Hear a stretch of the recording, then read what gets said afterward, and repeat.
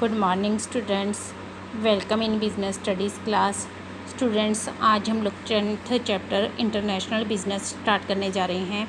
International business क्या होता है? ऐसा बिजनेस जो कि दो कंट्रीज़ में किया जाता है। इसमें गुड्स और सर्विसेज की एक्सचेंज होता है। जब दो कंट्रीज़ में गुड्स और सर्विसेज का एक्सचेंज होता है तो उसको हम लोग इंटरनेशनल बिजनेस कहते हैं। आज हम लोग इसकी नेचर डिस्कस करेंगे। नेचर क्या है? Involvement of to countries. इसमें दो कंट्रीज़ की इन्वॉल्वमेंट होना ज़रूरी है तो ही इंटरनेशनल बिजनेस माना जाएगा। Next, many basis. बहुत से बेसिस होते हैं। देखिए क्या होता है, क्योंकि unequal distribution of natural resources होता है, इसीलिए इंटरनेशनल ट्रेड किया जाता है। क्योंकि जिस कंट्री में जो चीज़ कम है वो चीज़ बाहर के कंट्री से मंगवा ली जाती है। नेक्स्ट क्या आ गया? Language difference.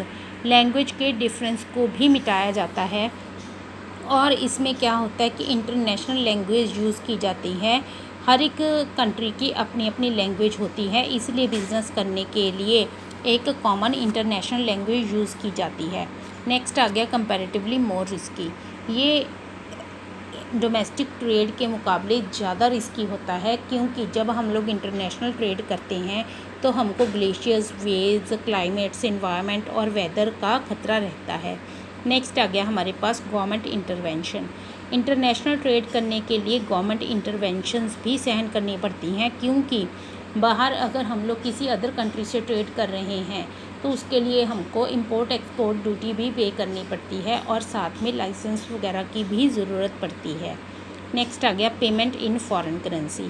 Payment in foreign currency का मीनिंग क्या है कि अगर हम लोग अदर कंट्री से डीलिंग कर रहे हैं, कुछ भी परचेज़ कर रहे हैं, तो हम लोगों को उनको फॉरेन करेंसी में ही पेमेंट करनी पड़ती है। ये सारे आगे इसकी नेचर के पॉइंट्स। नेक्स्ट आगे हमारा बेनिफिट्स। बेनिफिट्स क्या है? नेशन को क्या बेनिफिट्स हैं कि अर्निंग ऑफ फॉरेन एक्सचेंज। देखिए, अगर हम लोग किसी भी कंट्री से बिज़नेस कर रहे हैं तो फॉरेन एक्सचेंज तो होगा ही, तो हमारे कंट्री में बाहर का पैसा तो आएगा ही। More efficient use of resources.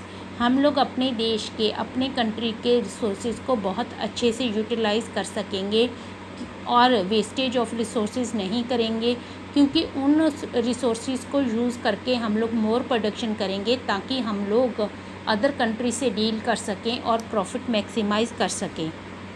Improving growth prospects and employment potentials. अगर हम लोग किसी अदर कंट्री से डील करते हैं तो नेचुरली है कि एम्प्लॉयमेंट अपॉर्चुनिटीज़ भी इंक्रीज़ होती हैं। Increased standard of living. हमारा स्टैंडर्ड ऑफ लिविंग भी अप होता है, क्योंकि अगर अदर कंट्री से डील कर रहे हैं तो न्यू प्रोडक्ट्स हमारे कंट्री में आते हैं, एंटर करते हैं और हम लोग उनको यूज़ करते हैं और मॉडर्न टेक्नोलॉजीज़ को भी सीखते हैं। स्टूडेंट्स, आज हमने नेचर और बेनिफिट्स टू नेशन के पॉइंट्स डिस्कस किए। नेक्स्ट टॉपिक के साथ नेक्स्ट वीडियो में फिर मिलेंगे। Good bye.